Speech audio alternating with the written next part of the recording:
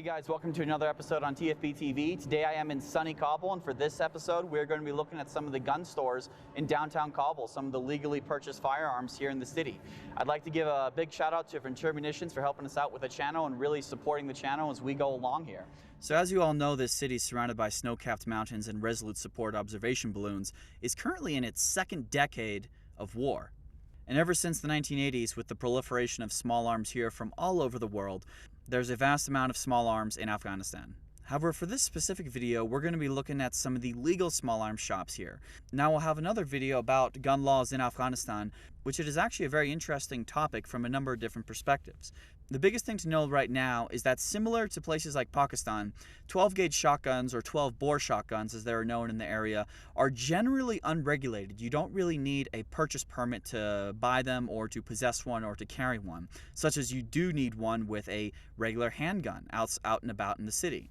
So for the purposes of TFB TV, we went to a part of Kabul known as Puli Khashti, which has a number of the shotgun sellers. They're situated throughout a regular market. In fact, the market that we went to with one of these, there was an entire building filled of either shotgun stores or sewing machine components and parts. So these stores stock everything from DAR weapons that start off at something like 2,000 Afghanis, all the way up to Russian imported stuff and fine Turkish shotguns that go up to almost 30,000 or 20,000 Afghanis. So something to note about these shotguns in general is that unlike the United States, it isn't a popular sport. I mean, hunting isn't really popular in the capital. So if you want to buy a shotgun, the kinds of people who are buying shotguns are usually people with money who are purchasing them primarily to go hunting. That being said, there aren't that many opportunities for hunting within the country of Afghanistan, but there are a lot of wealthy businessmen who actually do take these shotguns abroad and hunt in places like Tajikistan or Kazakhstan.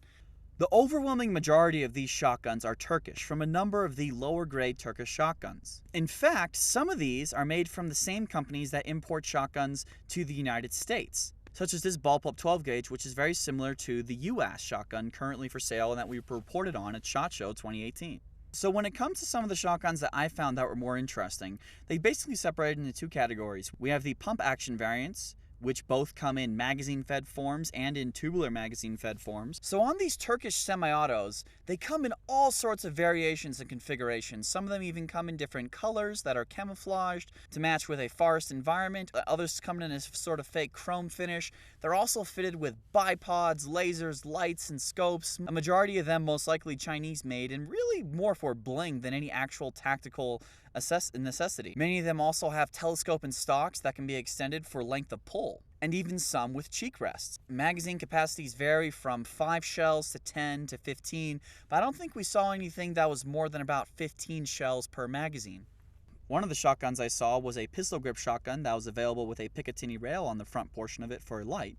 This one was going for around 6,000 Afghanis. When it comes to ammunition, the brands vary. There are a number of shot shells that come in from Turkey, some that come in from Russia, and there's even some that come in from Italy that are purpose-made for sale in Iran. How they got from here was probably being sold through a distributor in Iran and then transported to Afghanistan through one of the many routes here.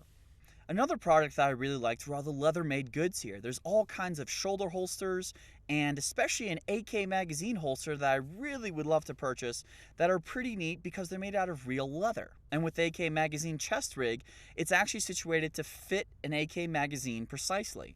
A really important thing to note about these shotguns in general is that a lot of the private security companies in Kabul actually use them as the guards that stand out in front of street corners and stores. This is because it's easier to obtain them for security purposes than to actually go through the grueling process of getting a firearms permit for an AK or a handgun.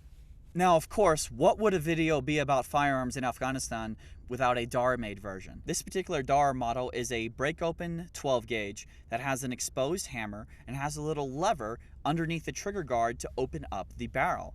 Interestingly, it has AK stocks and what would appear to be a sort of improvised AK trunnion on the rear of the pistol grip. Now, I don't know if I would be very confident about shooting this thing without it blown up in my face, but this is one of the things that I find that's really interesting about small arms from the region here. Note also with the stocks, there were two variants on display.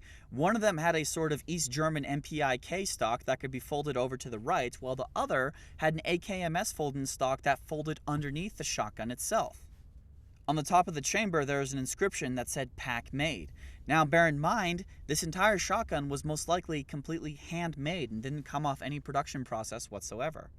And finally, we have one of the higher class shotguns out there, which was a semi-auto tubular-fed shotgun, which interestingly had a Picatinny rail on the bottom where you could probably put a light. Of course, what would a local gun shop be if it didn't have air guns? Interestingly, the air guns on sale here were 4,000 Afghanis, which was actually double the price of one of the Dara shotguns, which was, of course, much more lethal. Thanks for watching the video, guys. We appreciate the viewership, and we'd also like to see you on the show in the future as we explore more of small arms in Afghanistan.